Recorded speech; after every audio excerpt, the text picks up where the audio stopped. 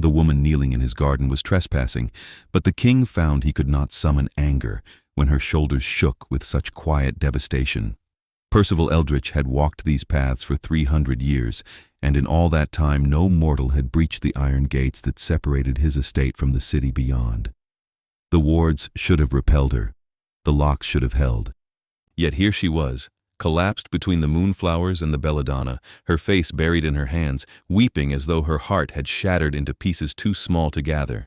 He approached without sound, his footsteps swallowed by the moss-covered stones. The garden sprawled around them in careful chaos, night-blooming jasmine twining through trellises, pale roses opening their petals to the moon, and the rare silver hellebore that grew nowhere else in the world. This place was his sanctuary, tended by his own hands when the sun retreated and the city slept. No servants were permitted here, no courtiers, no one, until tonight. She did not hear him, lost as she was in her grief.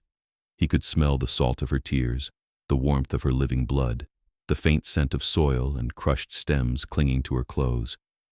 She wore work boots caked with mud, denim jeans torn at one knee, and a cotton shirt that had seen better days. Her hair fell in a tangled dark curtain, and her hands were calloused, dirt beneath her fingernails. A gardener, perhaps, or someone who worked with their hands. Percival stood silent, studying her, trying to understand what force had driven her to scale his walls and stumble into the one place he considered sacred. She was young by mortal standards, perhaps 23 or 24, and exhausted in a way that went deeper than physical fatigue. He recognized that bone-deep weariness. He had seen it in mirrors centuries ago, before he stopped looking. Finally, he spoke. His voice emerged low and even, carefully stripped of threat. "You are crying in my garden," she gasped and scrambled backward, her boots slipping on the damp earth. Her eyes were wide and red-rimmed, her face blotchy from weeping. She stared up at him, and he watched her take in the sight of him. The pale hair that fell past his shoulders, white as frost. The colorless skin that marked him as other. The dark clothing that absorbed the moonlight. The stillness that no living thing could quite achieve. She knew what he was. He could see the recognition and the fear blooming together in her expression. "I'm sorry," she whispered, her voice ragged. "I didn't mean to. I'll go. I'm sorry." But when she tried to stand, her legs gave out. She caught herself against a stone pillar wrapped in climbing roses, thorns catching at her sleeve. Fresh tears spilled down her cheeks, and she let out a broken sound that was half sob, half laugh. "I can't even run away properly," she said to no one in particular. Percival moved closer, and this time he let her hear his approach. He knelt beside her, his movements deliberate and slow, and reached into his coat pocket. He withdrew a handkerchief of black silk, embroidered at one corner with his family crest in silver thread. With careful precision, he reached out and wiped the tears from her face. She froze. He felt the spike of her fear, the racing of her heart, but beneath it, something else. Exhaustion so profound that even terror could not quite take root. "You are weeping in my garden," he said again, softer this time, "and you are hurt." He gestured to her knee, where blood seeped through the torn denim. "Come, you will tell me why, and I will decide what to do with you." "You should just kill me," she said dully. "Everyone says that's what vampires do to trespassers." "Do you wish to die?" The question seemed to catch her off guard. She blinked at him, and for a moment the tears stopped. "No," she admitted. "No, I don't. I just don't know where else to go." Percival studied her face in the moonlight. He had lived long enough to recognize the truth when he heard it, and this woman was not lying. She was lost in the most fundamental way, not merely displaced, but rootless. "Then stay," he said. The words surprised him even as he spoke them. He had not meant to offer, had not planned to extend anything beyond perhaps bandaging her knee and escorting her back to the gates. But the garden had let her in. The wards had bent. And he had not felt curiosity about another soul in longer than he cared to remember. "Stay," she repeated, as though the word were foreign.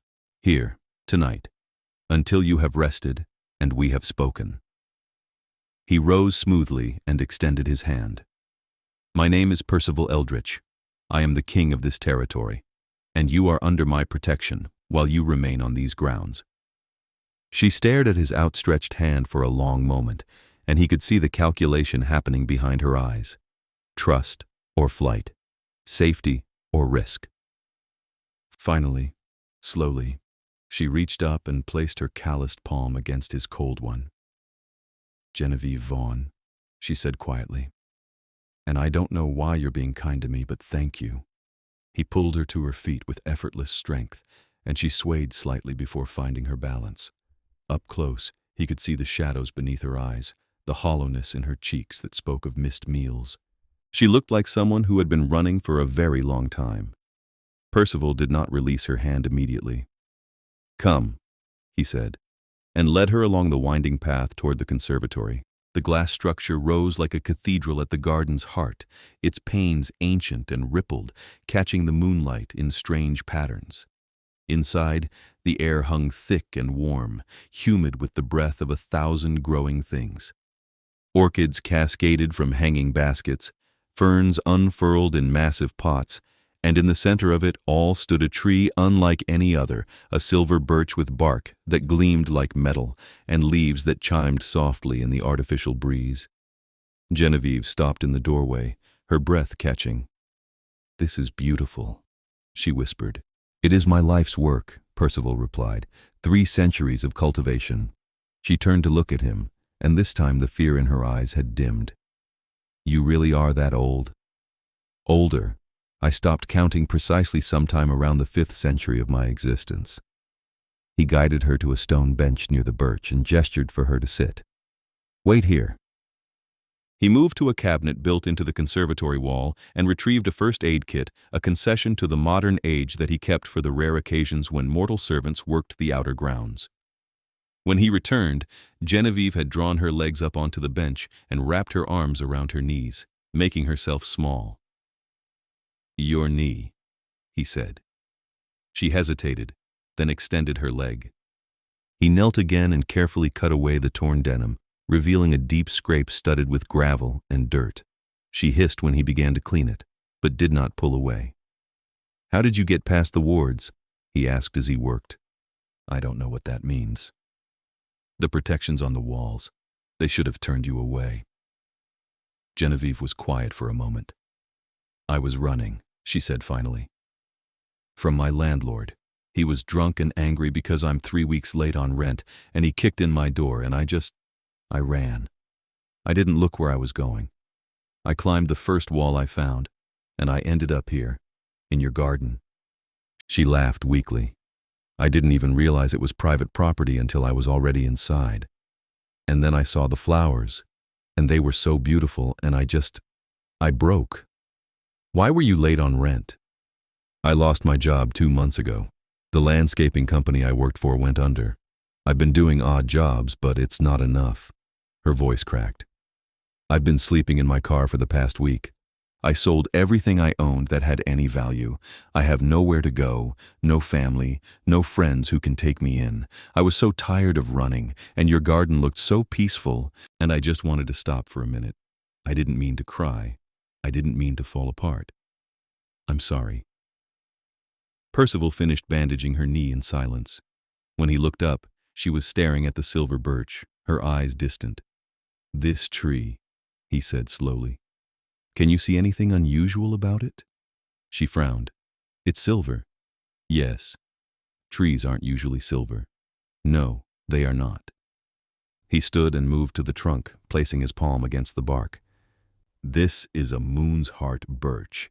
It grows from seeds that fall only once every 300 years, and only in places where the barrier between our world and the old magic runs thin. I planted this tree the year I became king. It has grown with my reign." "That's impossible," Genevieve said, but her voice held wonder rather than disbelief. "Many impossible things exist." Percival turned to face her. "The vampires of my bloodline are bound to the land we rule.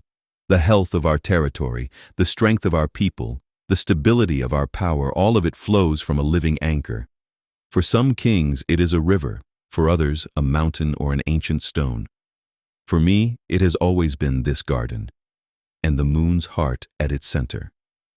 Genevieve slowly unfolded from the bench and approached the tree. She reached out, then hesitated. "May I?" "Yes." She laid her hand against the bark, and the leaves chimed louder, a cascading sound like wind through crystal. Her eyes widened. "It's warm, and it's humming. It recognizes you." Percival did not know how he knew this, only that it was true. The garden let you in because the moon's heart wanted you here. That doesn't make sense. Very little about this night makes sense. He crossed his arms, regarding her steadily. "You are homeless. You have no ties to keep you anywhere. You work with growing things. I'm a gardener, yes. Or I was." "Then work for me," Percival said. The decision crystallized as he spoke, feeling right in a way few things had in recent decades. "Stay here, tend this garden with me. I will provide room and board and a salary that will allow you to rebuild your life." Genevieve stared at him. "You're offering me a job? Just like that?" "The garden needs a caretaker who can work in daylight. I am confined to the hours between sunset and dawn." He gestured at the sprawling conservatory, the paths visible through the glass walls. "This is too much for one set of hands, even immortal ones, and you need a place to belong. I don't understand why you're doing this." Percival considered his answer carefully. "I am tired of being alone here," he said at last. "And you wept as though your heart was broken. I have not felt moved by another's pain in a very long time. Perhaps that means something."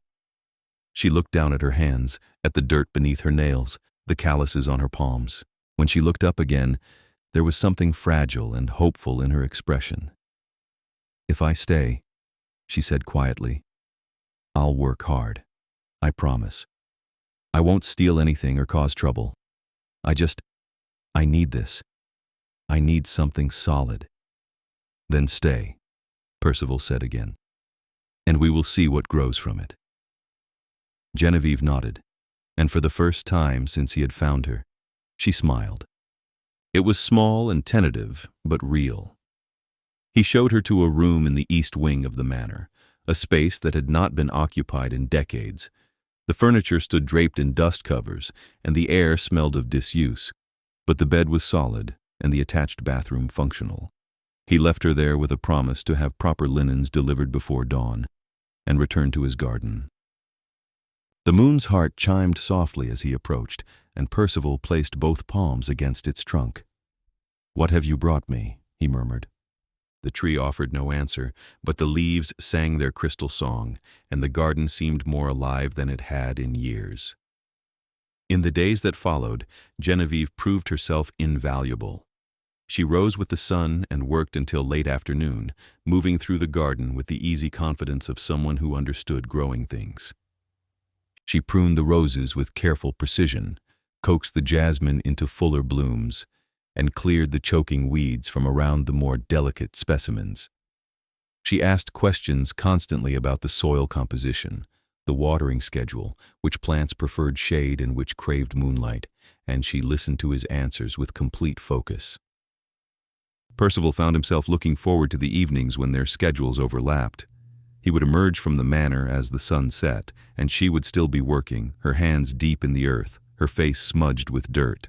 They would walk the paths together, and he would show her the night-blooming flowers, the plants that only opened their petals to the moon. She would tell him what she had accomplished that day, and he would offer guidance on the more temperamental specimens. She did not ask about his nature, about what he drank or how he survived. She seemed content to accept him as he was, and that acceptance was a gift he had not expected. 3 weeks after her arrival, he found her standing before the moon's heart, a sketch pad balanced on her arm. She was drawing the tree, her pencil moving in quick, sure strokes. "You have artistic talent," he observed. She startled slightly. She still had not grown accustomed to how silently he moved, and turned to face him.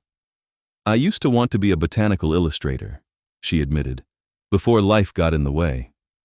"What stopped you?" "Money, time, the usual things." She shrugged. "I aged out of foster care at 18 with nothing, and I've been scrambling to survive ever since. Art school wasn't exactly an option." Percival absorbed this information, fitting it into the picture of her he had been slowly assembling. No family, no support. A childhood spent in institutions, passed from home to home, never quite belonging anywhere. You were rootless long before you climbed my walls. Yeah. She looked down at her sketch. I've never had a place that felt like mine. I've always been temporary. A guest, a tenant, a ward, never permanent. And now? She met his eyes, and he saw something vulnerable there. I don't know yet, but this is the first place I've ever felt like I could breathe. He wanted to tell her that she could stay as long as she wished, that the garden was as much hers now as his, but the words felt too large, too soon. Instead, he said, "Show me what else you have drawn." She hesitated, then flipped back through the pages of her sketch pad. There were dozens of studies, the climbing roses in various stages of bloom, the delicate structure of the jasmine flowers, the strange geometry of the night orchids, and there, near the beginning of the book, a portrait of him standing beneath the moon's heart, his face turned toward the silver leaves. "When did you draw this?" he asked quietly. "Last week. You were checking the tree for parasites, and the moonlight was hitting you just right, and I couldn't help it." She bit her lip. "I'm sorry if that's weird." "It is not weird. It is lovely." He studied the portrait, noting how she had captured the inhuman stillness of him, the sense of something ancient wearing a human shape. "You see me clearly. Is that a bad thing?" "No," he said. "It is rare. Most people see only the monster." Genevieve closed the sketchpad and tucked it under her arm. "I think," she said slowly, "that monsters don't spend 300 years growing flowers."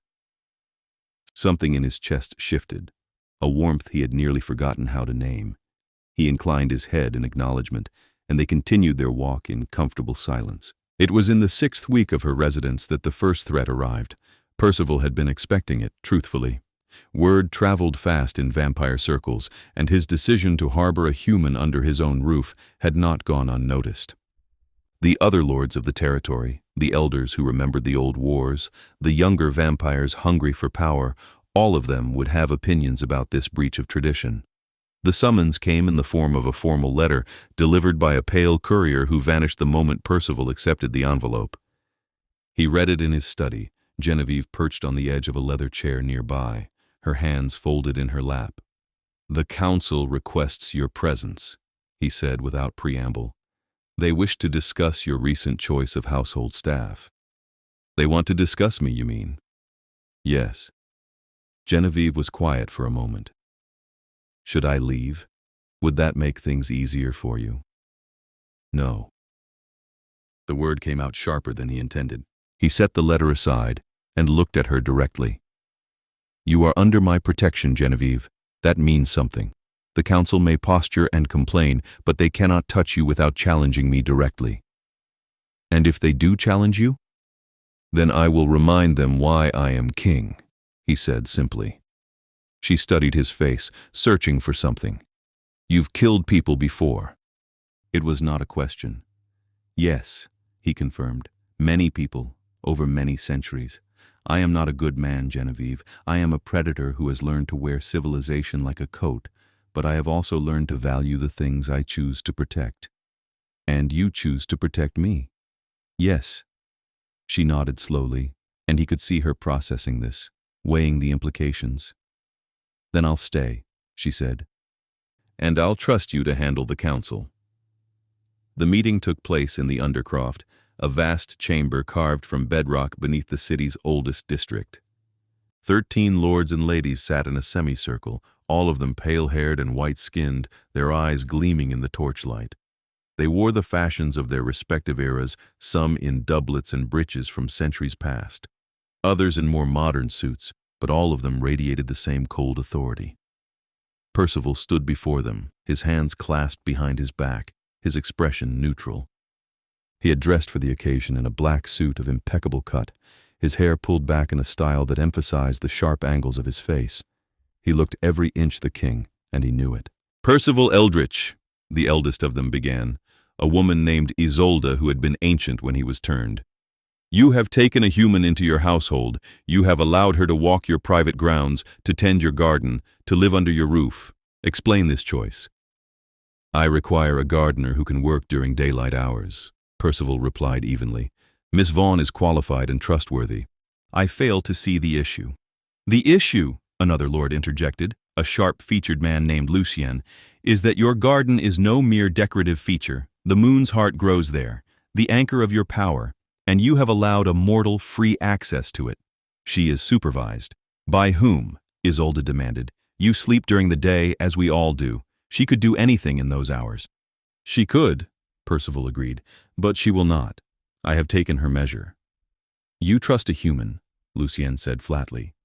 A human you found trespassing. A human with no history, no ties, no leverage we can apply if she proves traitorous. This is foolishness, Percival. This is my decision, Percival countered, his voice dropping into the register that reminded them all why he ruled. The garden is mine. The moon's heart is mine. The human is under my protection. None of you have standing to question how I manage my own domain. We have standing when your choices affect the stability of the territory, Isolde said coldly. If the moon's heart is damaged, your power weakens. If your power weakens, the territory becomes vulnerable. We are all connected to your reign, Percival.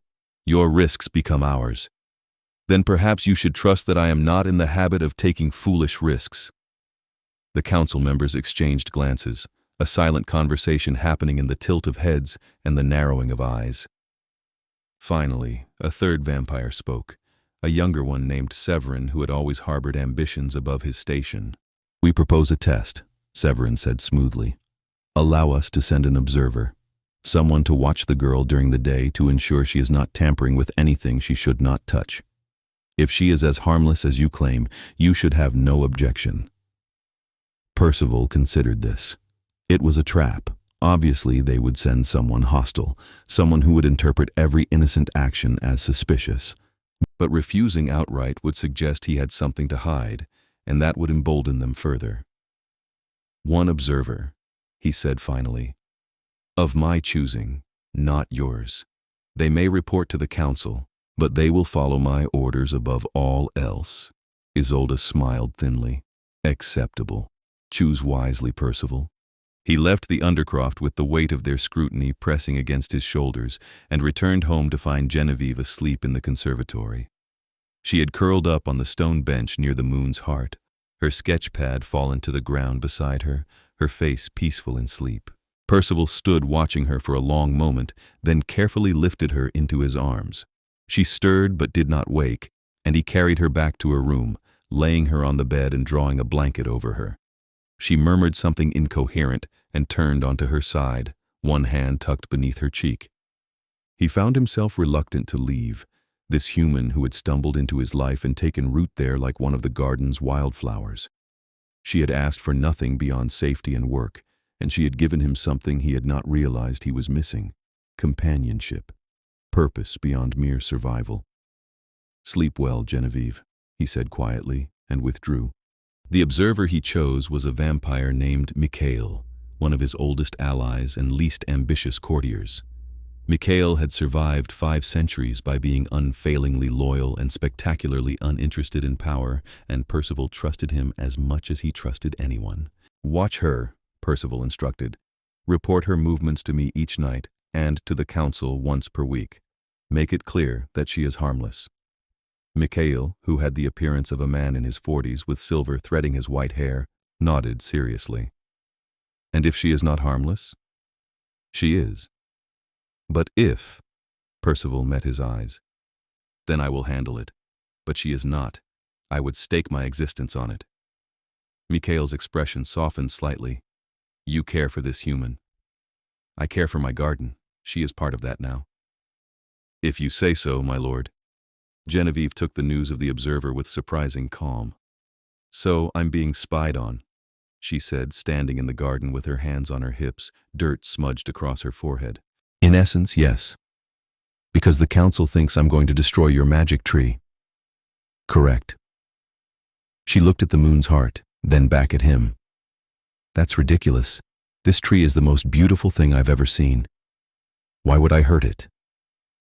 They do not know you as I do. Well, I guess I'll just have to prove them wrong. She returned her attention to the bed of lilies she had been weeding. When does this observer start? Tomorrow. Fine, he can watch me pull weeds and trim roses all day. Should be fascinating for him. Percival felt the corner of his mouth twitch in what might have been amusement. You are taking this remarkably well. I've been watched my whole life, Genevieve said quietly.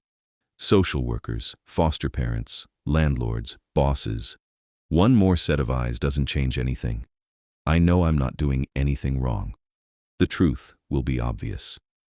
He wished he shared her faith in the council's willingness to see truth, but he said nothing.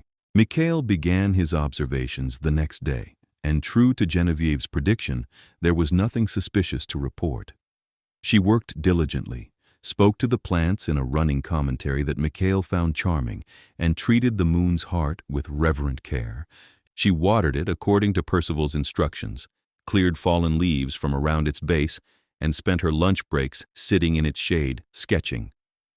She talks to the tree, Mikhail reported on the third night. She tells it about her day. She asks it questions, even though it does not answer.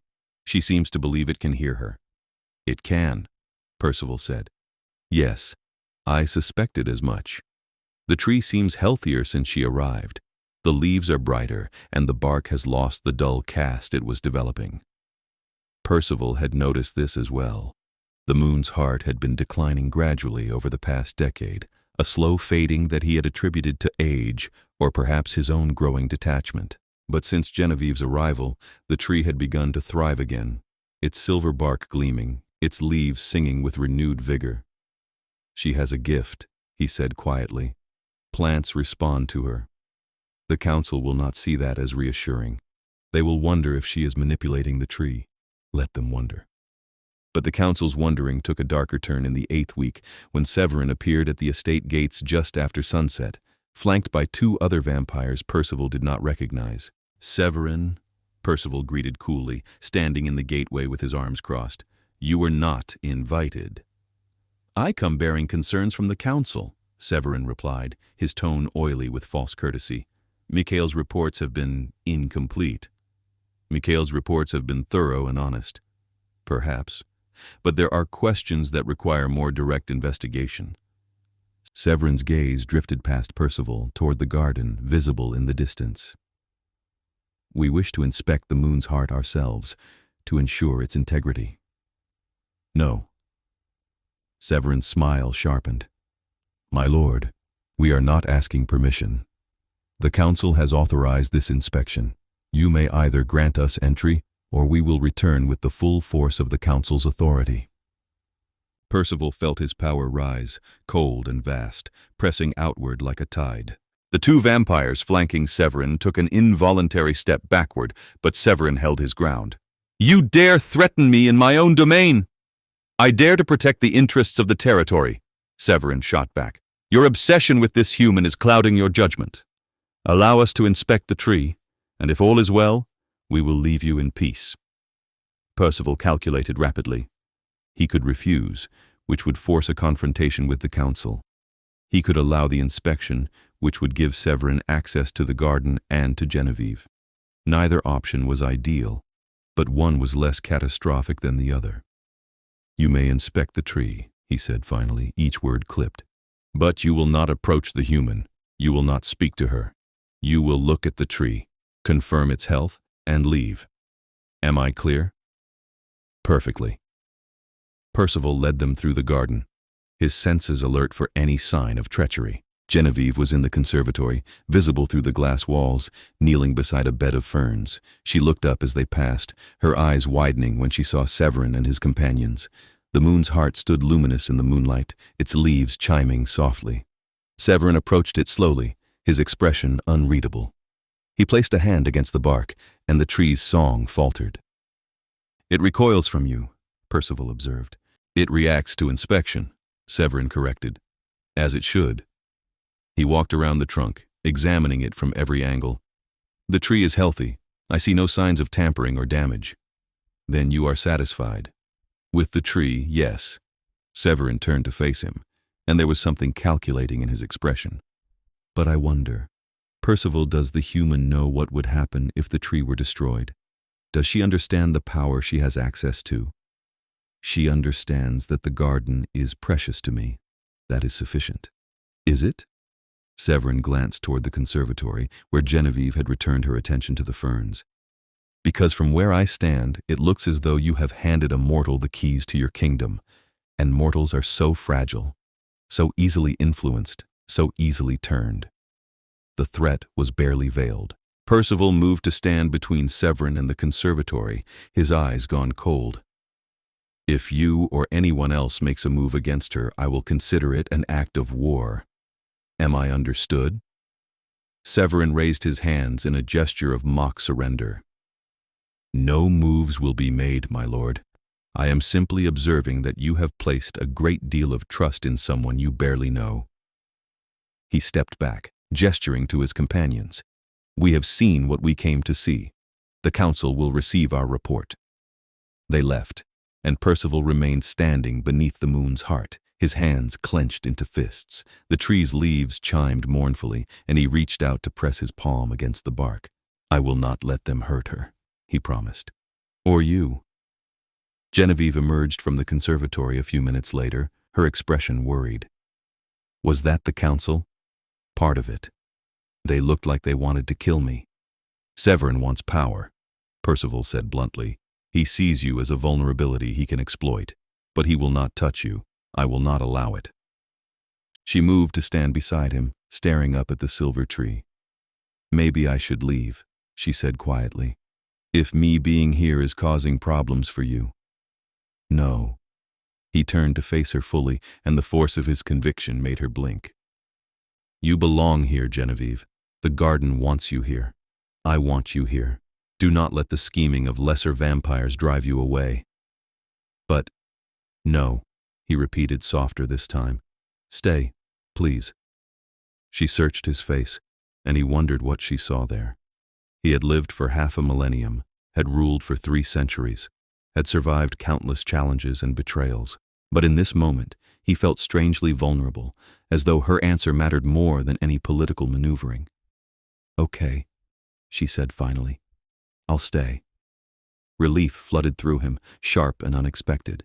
He reached out and took her hand, her warmth bleeding into his cold skin. Thank you.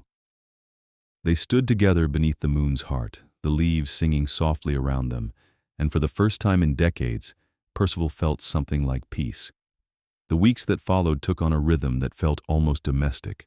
Genevieve worked the garden by day, and Percival joined her in the evenings, and together they coaxed the grounds into a splendor they had not known in years.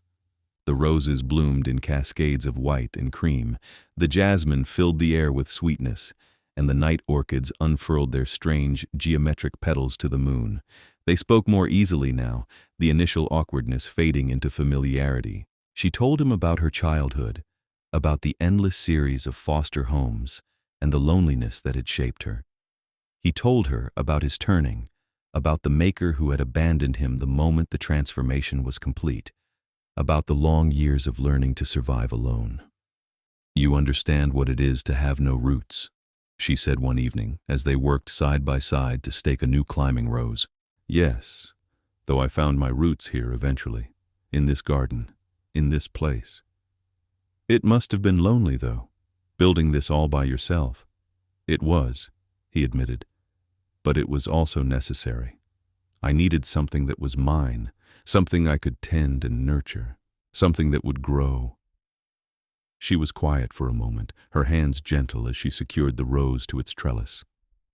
I think I understand that, she said. I've always wanted something to belong to. Some place that needed me, not just tolerated me. You are needed here. The words emerged with more intensity than he intended, and she looked up at him, startled. He held her gaze. This garden has never been healthier. The moon's heart has never sung so clearly. You are not simply tolerated, Genevieve. You are vital. Color rose in her cheeks, and she looked away, but he saw the smile tugging at the corners of her mouth. That's the nicest thing anyone has ever said to me. Then the people in your life have been fools. She laughed, the sound bright and unexpected, and something in Percival's chest twisted. He wanted to hear that laugh again, wanted to be the cause of it, wanted to spend his endless nights finding ways to make her smile. The realization shook him. He had lived for so long without wanting anything beyond his garden and his solitude. But now, standing in the moonlight with dirt under his nails and Genevieve's laughter in his ears, he wanted something more. He wanted her. The thought should have terrified him. Mortals were fragile, brief flickers in the long stretch of his existence. Loving one meant inevitable loss, a grief that would span decades. But as he watched her work, her hands sure and gentle among the roses, he found he did not care. She was worth the risk. He did not speak of this revelation, not yet. It felt too new, too precious, and he needed time to understand the shape of it. But he found himself seeking out her company more deliberately, inventing reasons to linger in the garden even after their work was done. He brought her books from his library, volumes on rare plants and botanical illustration. She brought him sketches of the garden, each one more accomplished than the last. They developed small rituals. She would make tea in the evenings, brewing it in the conservatory's small kitchenette, and he would sit with her even though he could not drink it, content simply to watch her hands wrapped around the warm cup. She would ask him to identify the stars visible through the glass roof, and he would name them in the languages he had learned over the centuries, Latin and Greek and tongues long dead. "You're teaching me," she said one night, after he had named the constellations in ancient Persian. "Does that bother you?" "No, I like it. I like learning from you." She set her tea aside and turned to face him fully. "Can I ask you something personal?" "Yes." "Do you regret it? Becoming what you are?" Percival considered the question carefully. "I regretted it for the first century," he said. "I mourned my mortality, my warmth, my ability to walk in sunlight. But eventually I came to accept what I had become. And now I find I cannot imagine being anything else. This is who I am. Do you miss the sun?" "Every day." He looked up through the glass at the moon. "But I have learned to find beauty in the night, and there are compensations. Like immortality. Like time.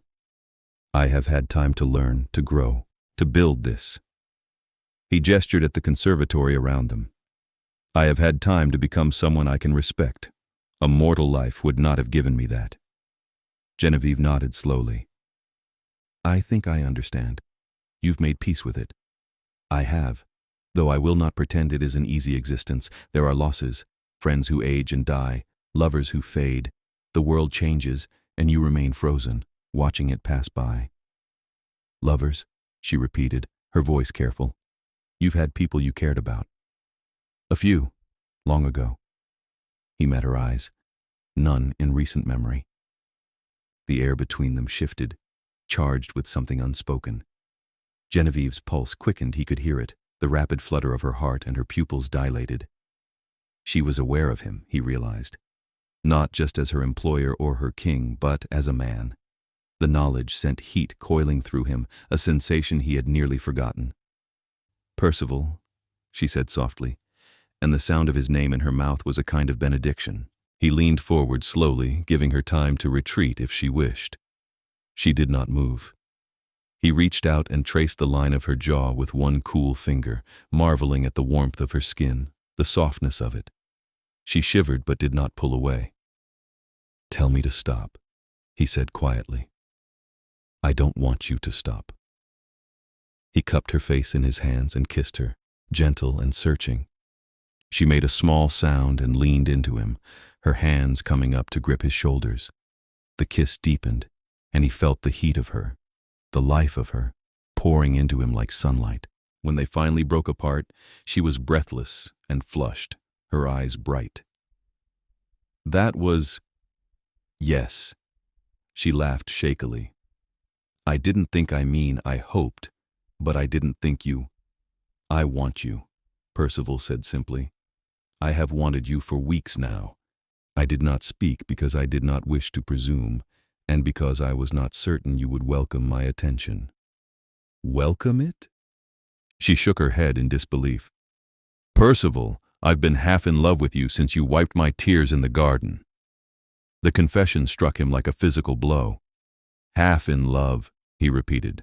"Maybe more than half." She bit her lip. "Is that okay? I know I'm just human, and you're a king and immortal, and I have nothing to offer you except—" He silenced her with another kiss, this one more demanding. "You are not just anything," he said fiercely. "You are extraordinary. You are kind and talented and resilient. You have brought life back to this place. To me, do not diminish yourself." Tears welled in her eyes, but these were different from the ones he had first wiped away. These were tears of relief, of joy, of something fragile finally finding solid ground. He kissed them away, one by one, and she clung to him as though he were the only fixed point in a shifting world. "Stay with me," he murmured against her temple. "Not as an employee, not as an obligation. Stay because you want to, because you feel what I feel." "I do," she whispered. "I want to stay. I want everything with you." He pulled back to look at her, to memorize this moment. Genevieve in his arms, her face tilted up to his, the moon's heart singing behind them. "Then you shall have it," he promised, "for as long as you wish." They sealed the promise with another kiss, and the garden seemed to sigh around them, the flowers releasing their perfume in a rush, the leaves of the silver birch chiming like bells. For 3 months they existed in a kind of golden haze.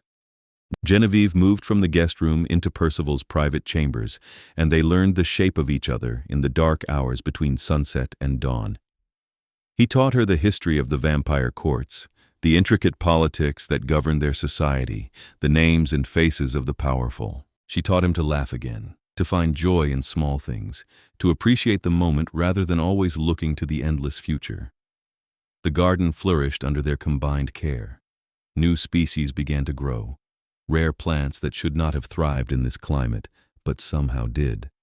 The moon's heart grew taller, its branches spreading wider, and the bark gleamed like polished silver. Mikhail reported all of this to the council, and for a time, it seemed as though even the most skeptical lords had to admit that Genevieve's presence was beneficial. The threat receded, but Severin, it turned out, was not finished. The attack came on a night when Percival had been called away to settle a border dispute in the Northern Territory. He had not wanted to leave, but the matter required his personal attention, and Genevieve had assured him she would be fine. "Mikhail is here," she reminded him, kissing him at the gates. "And the garden is warded. I'll be safe." He had believed her. That was his first mistake. Severin came in the hour before dawn, when Mikhail had retired to his daylight chambers, and Genevieve was alone in the conservatory. He brought 3 others with him, vampires loyal to his cause, and they moved through the garden like shadows. Genevieve did not see them until they were upon her. She looked up from the herbs she was transplanting to find Severin standing in the doorway, his smile cold and triumphant. "Miss Vaughn," he said pleasantly, "we meet at last." She scrambled to her feet, her hand closing around the small gardening knife she had been using. "You're not supposed to be here," Percival said. "Percival is not here," Severin interrupted. "And that is precisely the point. We have business to discuss, you and I. Business regarding the moon's heart." "I don't know what you're talking about." "Don't you?" He moved closer, and she backed away, circling toward the silver birch. "You have access to the anchor of his power. You spend your days alone with it, tending it, speaking to it. Tell me, has it spoken back?" Genevieve said nothing, but her heart raced, and Severin's smile widened. "It has," he said with satisfaction. "The tree has bonded with you, which means you have influence over it. And that, Miss Vaughn, makes you incredibly valuable. I won't help you hurt Percival." "Hurt him? No, I simply wish to weaken him, to demonstrate that his grip on power is not as absolute as he believes." Severin gestured to his companions, and they spread out, surrounding her. "You are going to damage the moon's heart, just a little, enough to make him vulnerable, enough to force the council to reconsider his fitness to rule." "No." "Yes." Severin's voice dropped, taking on a compulsion that pressed against her mind like a physical force. "You will take that knife and cut into the bark. You will damage the tree. You will do this because I command it." Genevieve felt the compulsion wrap around her thoughts, slippery and invasive. Her hand twitched, the knife rising slightly. She fought it, gritting her teeth, forcing her arm to still. "No," she said again, and the word was ragged but defiant. Severin's expression darkened. "You resist. Interesting. The tree protects you, perhaps." He moved closer, close enough that she could feel the unnatural cold radiating from him. "Then we will do this another way. If you will not damage the tree willingly, we will force you." One of his companions grabbed her from behind, wrenching her arm back. She cried out, the knife falling from her hand, and they dragged her toward the moon's heart. She struggled, but they were inhumanly strong, and her efforts were futile. "Hold her against the trunk," Severin ordered. "Let the tree feel her fear. Let it understand what happens when mortals meddle in vampire affairs." They pressed her back against the silver bark, and the tree's song became a wail, high and piercing. Genevieve felt its distress like a physical pain, sharp and overwhelming. "Stop!" she gasped. "You're hurting it. Stop." "That is the idea." Severin picked up the knife she had dropped and examined it. "This is a fitting irony, I think. The tool you use to tend the tree will be the one that wounds it." He reached past her and drove the knife into the bark. The moon's heart screamed. There was no other word for it, a sound that was not sound, a psychic shriek that reverberated through the garden and beyond. Genevieve screamed too, feeling the tree's agony as though it were her own. Silver sap welled from the wound, thick and luminous, and where it touched the ground, the grass withered. And in the northern territory, Percival felt it. The bond between a vampire king and his anchor was absolute, and the moment the tree was wounded, he knew. Power drained from him in a rush, and he staggered, catching himself against a wall. The lord he had been negotiating with looked at him in alarm. "Percival?" "The moon's heart," he gasped. "Someone is attacking it. I have to—" He did not finish the sentence. He simply vanished, moving faster than thought, faster than reason, racing back toward his estate with everything he had. In the conservatory, Severin pulled the knife free and examined the wound with satisfaction. "There. That should be sufficient. The tree will recover eventually, but Percival's power will be diminished, and the council will have grounds to question his—" He did not get to finish. Percival materialized in the doorway, and the temperature in the conservatory plummeted. His eyes had gone black, his expression utterly devoid of humanity, and the air around him crackled with restrained violence. "Release her," he said, and his voice was the whisper of a tomb opening. Severin's companions let go of Genevieve immediately, backing away with their hands raised. Severin himself stood his ground, though his confidence had visibly faltered. "Percival, I was simply— You attacked what is mine." Percival moved forward, each step deliberate. "You harmed my anchor. You threatened the woman I love. You did this in my own home, while I was away. Give me one reason why I should not end your existence this moment. The council will uphold my right to execute you for treason." Percival was in front of him now, and he reached out with one hand and gripped Severin's throat. "You gambled that I would not retaliate, that I had grown soft. You were wrong." Severin made a choking sound, his eyes wide with genuine fear. Percival lifted him off the ground effortlessly, and the other vampires pressed themselves against the walls, desperate to avoid notice. "Percival, stop!" Genevieve's voice cut through the red haze of his fury. "Don't kill him." He looked at her, this fragile mortal who had somehow become the center of his world, and saw that she was cradling the wounded tree, her hands pressed against the gash in the bark. Tears streamed down her face, but her expression was resolute. "If you kill him, it makes you like him," she said. "And you're better than that. We're better than that. He hurt you. He hurt the tree. I know, and he should be punished, but not executed. Please, Percival, don't do this." He wanted to argue, wanted to explain that mercy was a weakness Severin would exploit, that letting him live was a risk. But the look in her eyes stopped him. She was asking him to be the man she believed he was, not the monster his nature made him. Slowly, he lowered Severin to the ground. The vampire collapsed, gasping, and Percival leaned down to speak directly into his ear. "You will go to the council," he said quietly. "You will confess what you have done. You will accept whatever punishment they decree. And if you ever come near her again, mercy will not be an option. Do you understand?" Severin nodded frantically. "Go." They fled, all of them, vanishing into the night. Percival turned immediately to Genevieve in the tree, kneeling beside her. "How bad is it?" "I don't know. It's the sap won't stop flowing. It's in so much pain." Her voice broke. "I don't know how to help it." Percival placed his hands over hers, and together they pressed against the wound. He poured his power into the tree, willing it to heal, to seal the gash, to stop the terrible bleeding of silver sap. The moon's heart's song was weak, flickering, and for the first time in 3 centuries, he felt genuine fear. If the tree died, his power would die with it.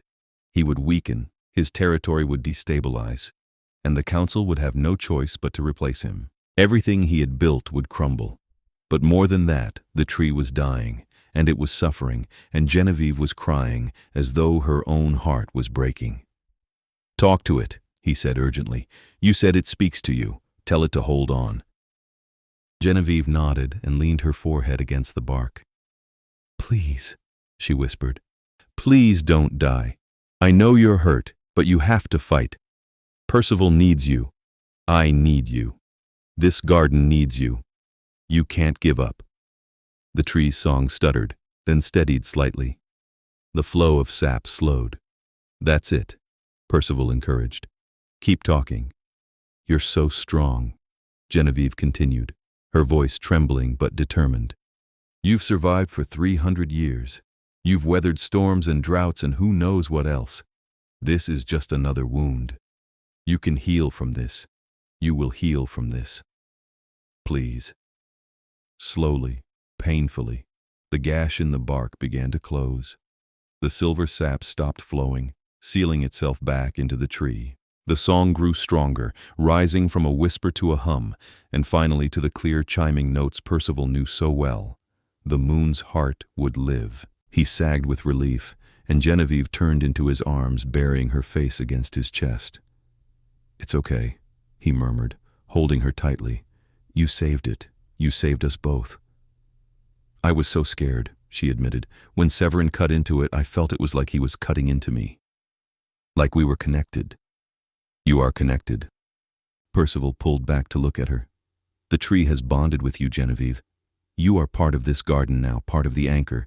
That is why the wards let you in. That is why the tree responds to you. It chose you." "Chose me for what?" He hesitated, then decided she deserved the full truth. The moon's heart is a living conduit. It binds the king to the land, but it also seeks balance. It needs 2 halves, power and growth, stillness and change. For 3 centuries, I have been the only one bonded to it, but it has been incomplete, waiting.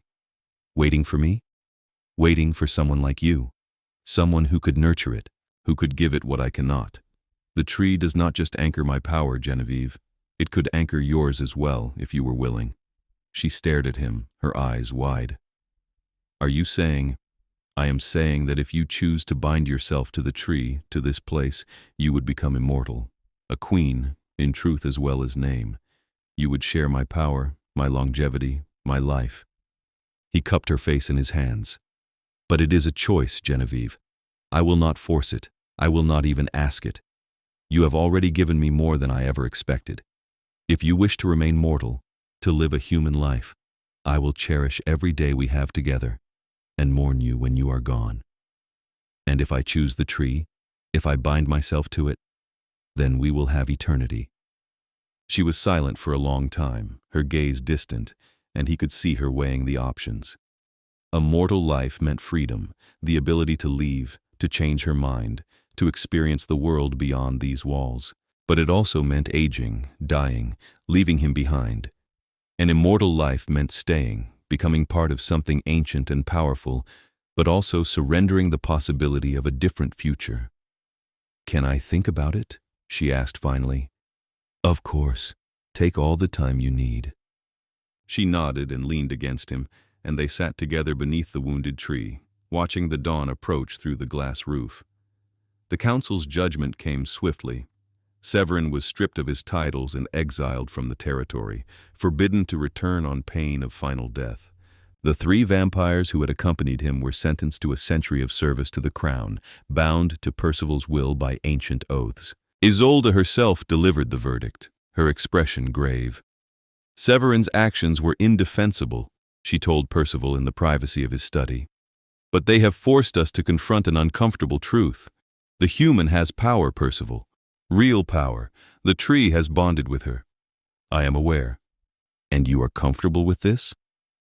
"I am in love with her," he said simply. "Whether she chooses mortality or immortality, my commitment to her is absolute. The council will have to accept that." Isolde studied him for a long moment. "You have changed," she observed. "You were always solitary, always self-contained. But this woman has opened something in you." "She has given me a reason to care about more than mere survival," he acknowledged. "She has reminded me what it is to hope. Then I am happy for you." Isolde rose to leave, then paused at the door. "For what it is worth, I believe the tree chose well. She will make a fine queen if she accepts the bond." "If she accepts," Percival agreed quietly. Genevieve took 2 weeks to decide. She spent her days in the garden, tending the moon's heart with obsessive care, watching as the wound healed and the tree grew stronger.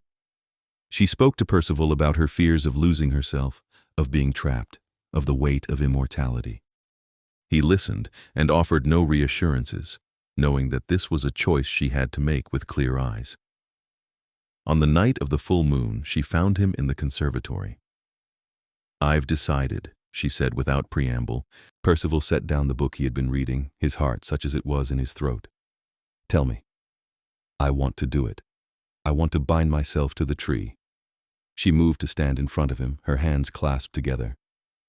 "I've never had a home, Percival. I've never belonged anywhere. But here, in this garden, with you, I feel like I've finally found where I'm supposed to be. And I don't want to give that up. I don't want to leave you. I want to stay, forever, if that's what it takes." Relief crashed through him, so intense it was almost painful. "You are certain?" "I'm certain." He stood and took her hands in his. "Then we will perform the ritual tonight." The binding was a simple thing in the end. They stood together beneath the moon's heart, their hands joined, and Percival spoke the old words. The ritual passed down through generations of vampire kings. The tree's leaves chimed and sang, and the silver bark began to glow. Genevieve closed her eyes and pressed her free hand against the trunk.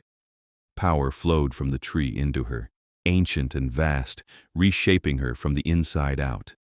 Her mortal warmth remained, but it was joined by something else, something cool and enduring, a connection to the earth and the moon and the endless turning of seasons. When it was done, her eyes opened, and they were no longer quite human. They held depths they had not possessed before, a luminous quality that spoke of magic and time. "How do you feel?" Percival asked softly. "Different, but still me." She looked down at her hands, flexing her fingers. "I can feel the garden, all of it, every plant, every root, every living thing. It's incredible. You are incredible."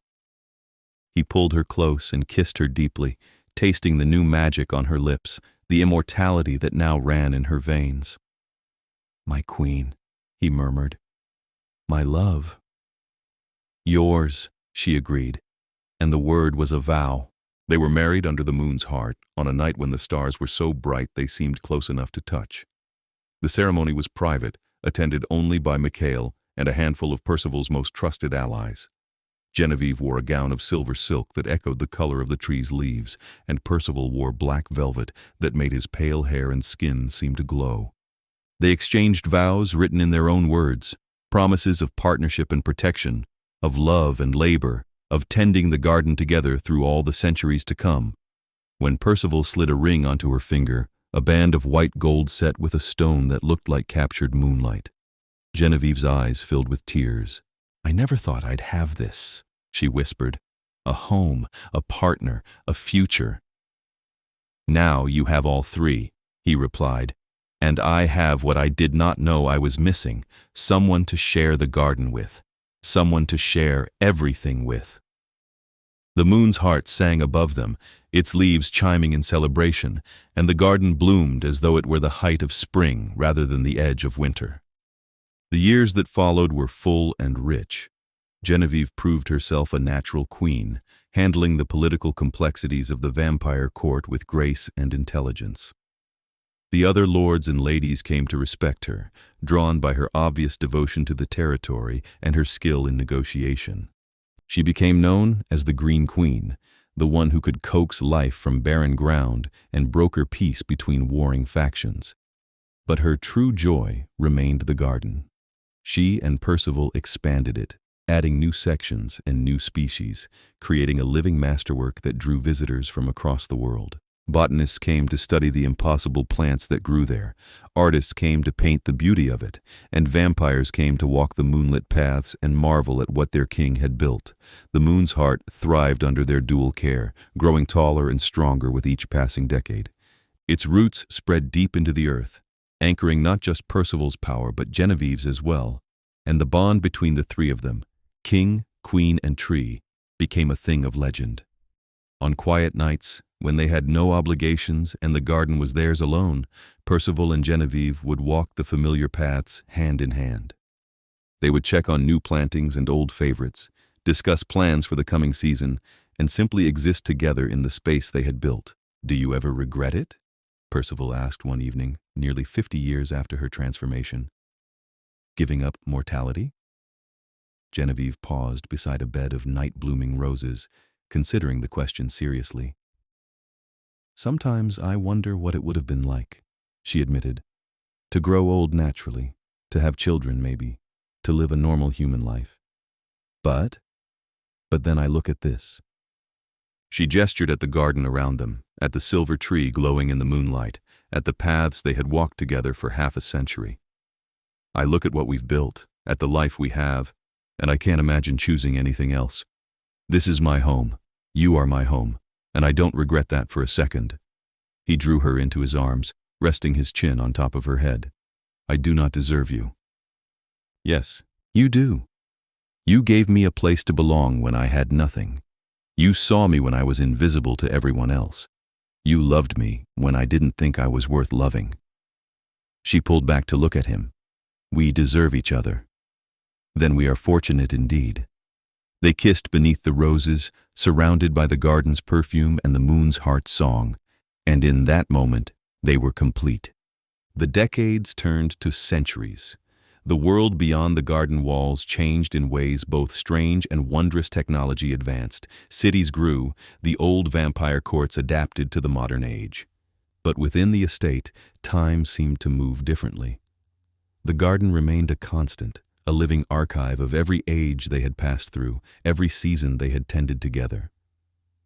Genevieve never lost her passion for growing things. She continued to experiment with new species, to push the boundaries of what was possible, and under her care, the garden became truly magical.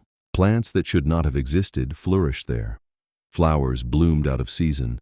Trees bore fruit that tasted of starlight and dreams. Percival, for his part, found that ruling became easier with her beside him. She balanced his sometimes cold pragmatism with warmth and empathy, and together they forged a territory that was both powerful and just.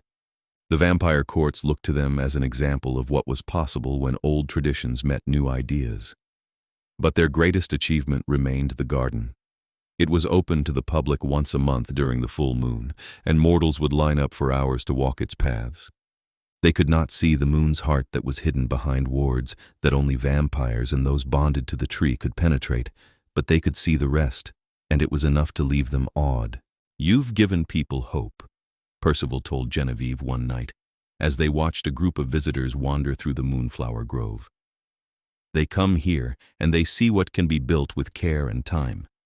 They see that beauty is possible, even in a dark world." "We gave them hope," she corrected gently. "This is ours, Percival, not just mine." Every plant here is a collaboration. He took her hand and brought it to his lips.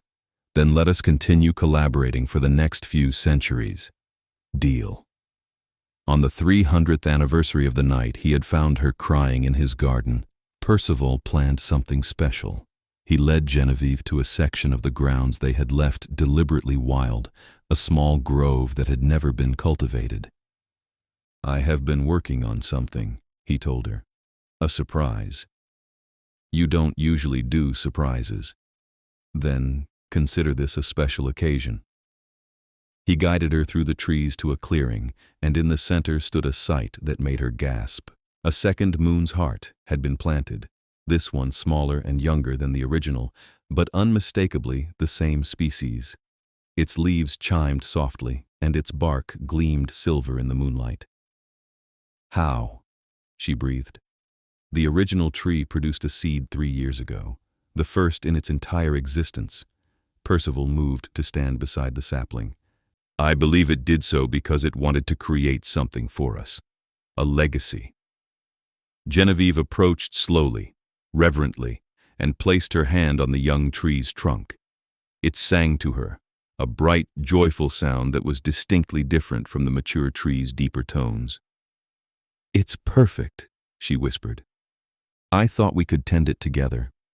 Watch it grow. Let it be a symbol of what we have built here." She turned to him, tears streaming down her face, but they were happy tears, joyous tears, tears of gratitude and love. 300 years ago, I was lost and alone and crying in a garden that didn't belong to me.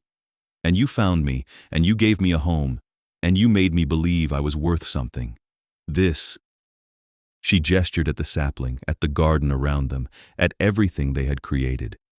"This is more than I ever dreamed possible. Thank you, Percival, for everything." He wiped away her tears with his thumb, just as he had that first night. "Thank you for staying," he replied. "For choosing me, for choosing this life. I'll choose you every day for the rest of eternity." They stood together in the clearing, the young moon's heart singing its bright song, the old moon's heart answering from across the garden, and the bond between them thrummed with contentment and love. As the moon climbed higher in the sky, casting silver light across the garden, Percival and Genevieve began to plan where they would plant new beds around the sapling, how they would shape the grove, what species would complement the young tree. They spoke in the easy shorthand of two people who had worked side by side for centuries, finishing each other's sentences, understanding each other's vision without needing lengthy explanations.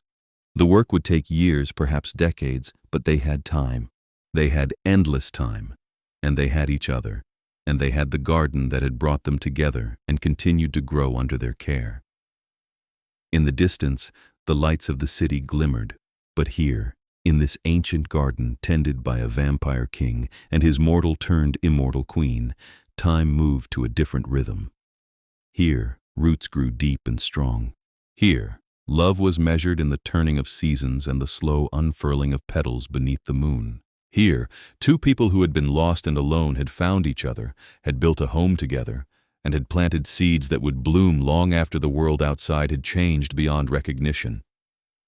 And as they worked through the night, their hands moving in concert, the moon's hearts, both old and young, sang together, a harmony of past and future, of what was and what would be, a song of belonging and growth and love that would echo through the centuries to come.